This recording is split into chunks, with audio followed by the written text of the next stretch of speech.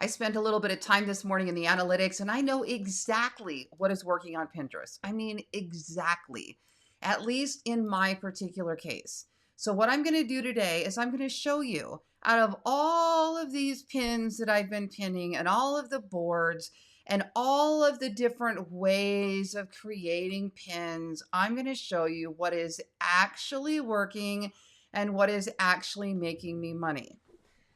I'm trying some new things in here that I have not had enough time to test yet, and that would be these influencer style pins. So we're not going to consider those right now because they're brand new.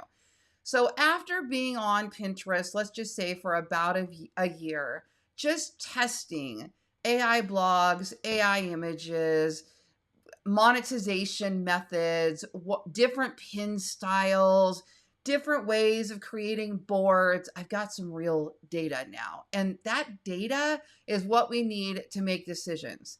I'm not going to bore you heavily with the data, but I do want to just give you a quick summary. Now, this is really cool. Here's what I did. I went to ChatGPT and I created a project called Pinterest. And then I uploaded my Pinterest analytics and my publisher analytics, meaning what pins are getting clicks, what boards are getting clicks, and then what's actually making me money. I uploaded those two files right here in the project files of ChatGPT so that it would have all of my analytics from Pinterest and then all of my analytics from Google AdSense, who I'm using right now for my ad revenue while the premium advertisers figure out what they want and don't want with AI. So that's where we are. So what I did is I asked it for analytics, kind of an overview, like what is working on my account. Okay. And basically what it did right from the beginning is it gave me what pins are working, what the clicks were, and then I asked it for, put them for me in my top 20 performing pins. And it gave me the links. So that way I could kind of just go click through and open them. Now you can get to this piece from your Pinterest analytics, but it's pretty powerful when you get it all in a ChatGPT project, because then whenever I start a new conversation now about a new topic or new pins, ChatGPT will pull the data before it answers me. Like if I were to say, what blog should I create next? Use the data, it'll build on what's already working rather than just making something up from scratch. Or if you were to say, what boards should I have on my Pinterest account based on the data? You know, that type of thing. So watch this. I saw something so glaringly obvious. Watch. So here's the first pin. I'm going to open the link. Okay. 7 canvas painting ideas for beginners. Now, what we know about this is, first, it's a listicle and it's numbered. 2, it has to do with crafts. Those are 2 of the big ones that were jumping out at me, right? Then I go to number 2 and I open the link. What's number 2? Oh, wait a minute. Another craft blog and it's a list post. Huh, interesting. Then we go to number 3. What do we see in number 3? It's a decor blog. It's a decor. But what else do we see? So it's home decor. What else? Oh, it's another list post, which is funny because the premium advertiser that I was using had messaged me and said, we don't want list posts. So here we have 11 easy to sew tote bags. Oh, what do we have in common here? It's another list post. It's another craft blog, right? This is so telling. Then what do we have here? Another list post, home and garden. So we're really seeing a common theme as I'm clicking through and opening each one of these pins. Let me tell you what else I'm seeing. This is another fascinating thing. So on my articles, I have been testing both the cover pin, which has like the, 25 shower products that smell like summer, that I'm also posting the interior pins. These would be the actual craft item that's on there. You see how that one's a rock, this one's the outfit, this one is the actual table setting. What's working primarily is the cover one, the one big photo that has the number on it, the old traditional Pinterest style pin that has everything right here on the cover. So if I were coaching somebody who wanted to start a Pinterest account. And I'm not saying just AI driven, because a lot of people will never use AI. You want to get that list post, and you want to get the list post cover with the number and all of that on it. This is imperative. This is really proving what is still working. List posts still work, and you want to have that on the cover. The interior pictures, no matter how good they are not creating on average. So here's one you can see here. You can see it's getting clicks. But the cover photo for this blog, 15 creative flower pot painting ideas, is going to probably get more traction over time than the interior one. Now, am I saying don't create images on the blog and post those images? I'm not saying that, because one thing that we saw, was it number 3 or number 4, was that the one bag, the sew bag that we did, that one's doing fantastic. And it's probably my number 1 income earner, this one right here. So every now and then you're going to get an outlier that is one of the images from within the blog, not the cover, not the main pin for the cover, that does really well. So I guess what I'm trying to say is if you only have a certain amount of time, focus more on that cover pin than on the pins on the inside and repinning all of those, because that's the one on the top really stands out. Now, the other thing that I noticed was the topics. Now, I have a coaching group, and I coach people on how to build more money monetizing content, whether it's TikTok or YouTube or Pinterest or whatever content creation that they're doing. And one of the things that I always say over and over and over again is that the cream will rise to the top. No matter what you're building, you're gonna see something does better than everything else. And in my case, it's crafts and it's the home and garden. But if you go look at my boards, you will see that I have covered so many things. I've got fashion, which fashion is like number 3 on my list. But if I had to drop everything, that would be one I'd drop if I'm just keeping the top 2. I usually tell people, watch what rises to the top and double down on those 3. Okay. If there's 5 that are neck and neck, you might have to double down on the 5 and see what rises to the top. If there's a clear winner and you only have so much time, just focus on the one. In my case, what would that be? It would be crafts, right? But if you look here, look at all the different things I've covered. I've got makeup in here. Now, these are kind of new. These are influencer style videos that I'm just testing. I've got lunch ideas and recipes. I need to get rid of those. They don't even belong on this account anymore because they're not doing anything. Other people who are doing really well in recipes and a specific type of recipe, maybe it's their easy dinner ideas, maybe it's their lunch ideas. So you want to double down on what's working. And I can pretty much get rid of anything that is not crafts, that is not home and garden, and it is not fashion. So that's what I'm going to start doing, is just kind of hunker down right there. Now, let's look at that a little bit deeper. So we're going to go back here, and I also put in my dollar amounts in here, and ChatGPT kind of told me what my pins have in common.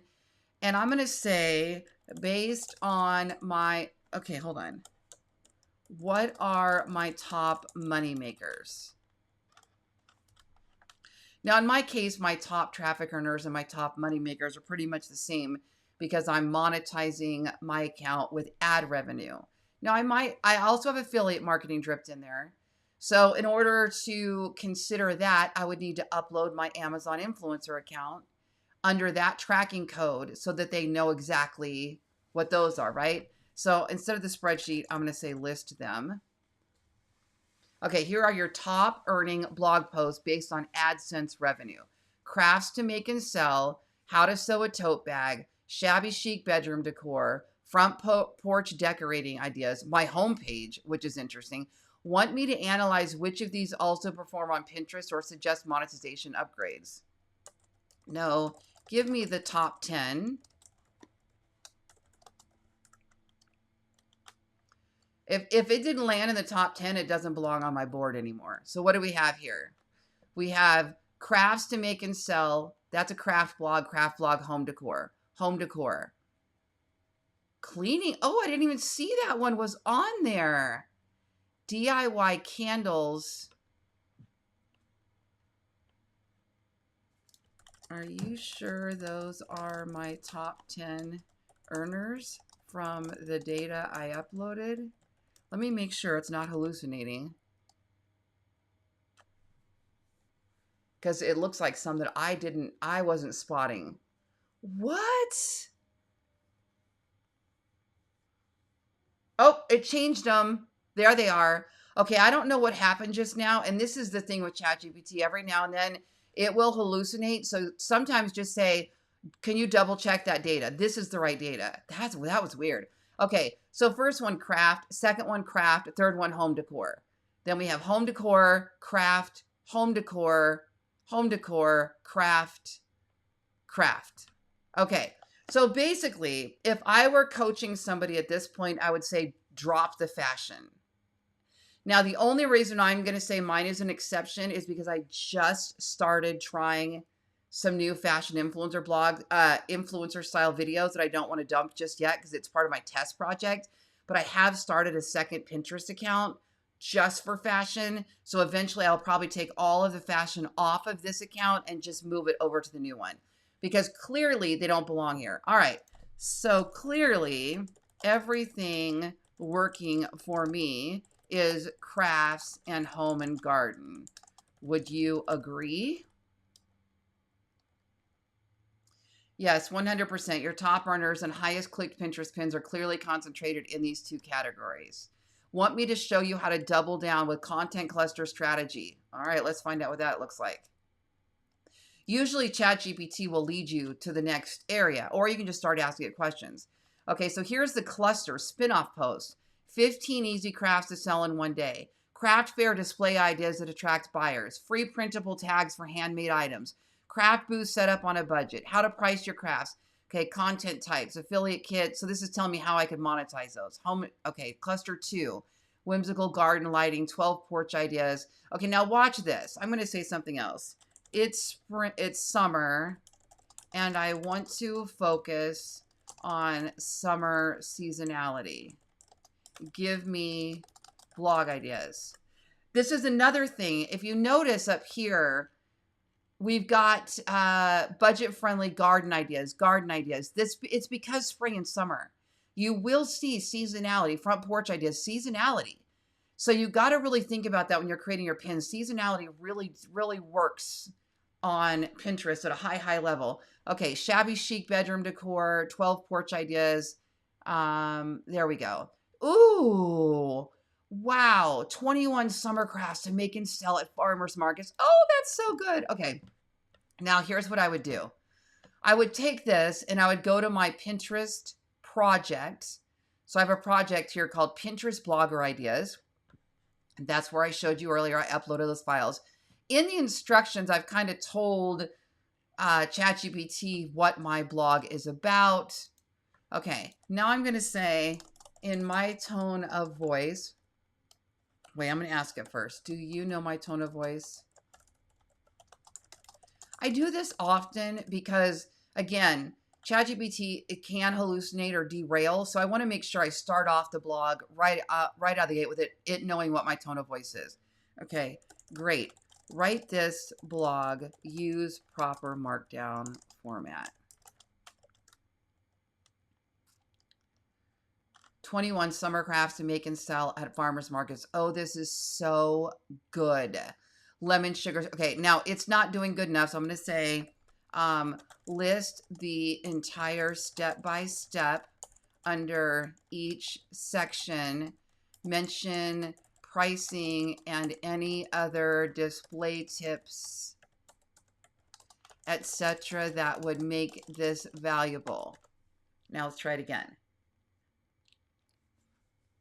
Summer markets are prime time for turning handmade goods. The key, seasonal appeal. Okay. Hold on. Almost there. You forgot my tone of voice. Add an intro sentence or two to each section. We're almost there now. Now you can save, like the way I just instructed ChatGPT to elaborate, yada, yada. You can save that in the instructional files so that you'll say something like in the project file, in the instructions, you'll say, every time I ask you for a blog, make sure you elaborate. Always include markdown format. Always include an intro sentence to each section. Always include tips to make it more valuable. Okay. That way we're not just getting this generic. This is really good. Lemon, sugar scrubs, and mason jars. Now there's one more tip I would give you, and watch this. This is good. But for each section, give me an image prompt for an image that would fit that section. And again, if we save this in the instructions, it'll do it every time. Now, why did I do this? Watch this. Okay, so now we pretty much have a blog that's complete, okay? You can come in and add affiliate links, you can do whatever, but watch this part. I'm not going to, when I copy and paste this over to my blog, I'm going to use this and then I'm going to delete this one part. Overhead photo of a rustic farmhouse table with 4-ounce mason jars filled with lemon sugar scrub, yellow accents, twine wrapped lids, lemon slice. Okay, why? Watch this. I'm going to go to Ideogram. I'll put the link below for you. This is a software I use, I pay for. I also do have an affiliate link with them, which is in the description. Basically means I benefit if you make a purchase. Right here, I'm going to tell it to make a 16.9 pin. No, I'm going to go 916, which is the size of a Pinterest image. And I'm going to click generate.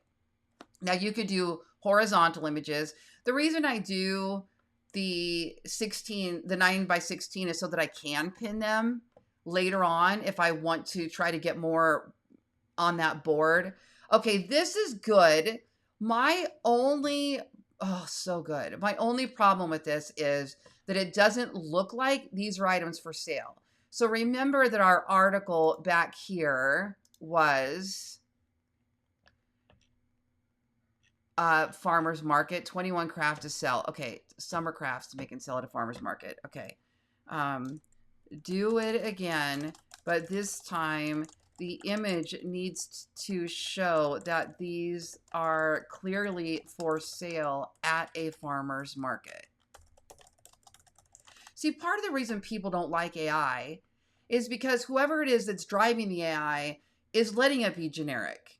They're letting it miss because they're not giving it enough instructions. This is incredibly helpful to somebody, and it won't feel like a takeaway because it's AI, because of all the tips that we're giving it. Okay, here we go. Farmers market booth display. This is so much better. Now we go up here and we put this in Ideogram. And we're going to let this populate here, but these are great. And each one of these could be its own spin-off blog.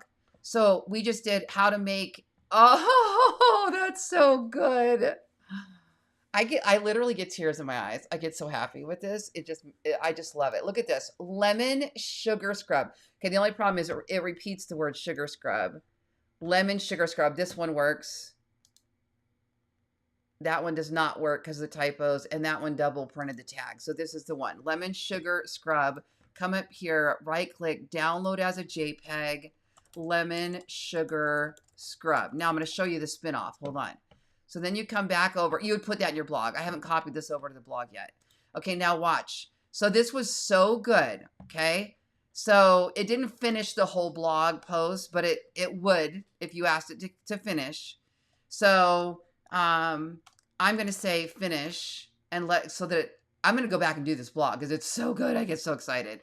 Okay, so it'll finish the blog. Then what you would do is after this is all done, you would say, okay, now I want to spin off each of these articles into its own craft blog post that has markdown format, my tone of voice, and the same tips and structure, but elaborate since it is only this one item on the blog post.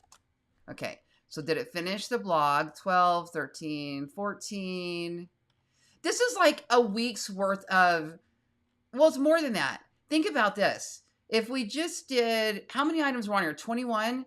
So if we've got one blog post that makes it 21, then each of these 21 items becomes its own blog post. You just created 22 separate blog posts and pins to feed a board. Maybe that board is think crafts to make and sell. Or let's see what the spinoff looks like. So after it did the 21, which I'm going to go use all of these after we're done with this video because I'm so pumped to make this now on the blog. Okay, now it's done. So now we said, okay, now spin off each of these articles. Watch what it does. So good. Now, I'm not saying you won't need to tweak each one of the individual articles, but I want to see what it looks like. So it's going to start with the first one. Yes. Here are the full individual blog posts. How to make and sell lemon sugar scrubs. Oh, so good. That is so my tone of voice. What you'll need. Look at this. Step by step, make the scrub, add the scent, optional color, fill your jars. Oh, how much to charge, how to display at a farmer's market. This is so good. So basically, I would go over here to Pinterest and I would look at what I want to call my board. I'd come up here and say, things to sell at a farmer's market. I'm going to look and see if there's anything even like that. Not really. So let's see. Oh, look at, there is one. 5 things to sell at a farmer's market. What to sell at a farmer's market. But when I'm looking at farmer's market, it does not look like a board. Farmer's market display, farmer's market outfit, farmer's market. Okay, not really. So let's put crafts to sell. Crafts to sell at a craft fair. Crafts to sell at a farmer's market. Oh my gosh. I would probably go ahead and make that a board. Crafts to make at a seller's market. So now you have a new board. You have your 21, your long form article with the 21 ideas. And then each of those 21 spin-off ideas becomes a blog post on this board. Oh, so good. I'm Lori Ballen. If you like this style of coaching, I'd love to have you. Click the link below. Join me, Blueprint Coaching. We have bi-monthly calls, a private community group, lots of modules and courses. This is so exciting. This was a good one. I like it.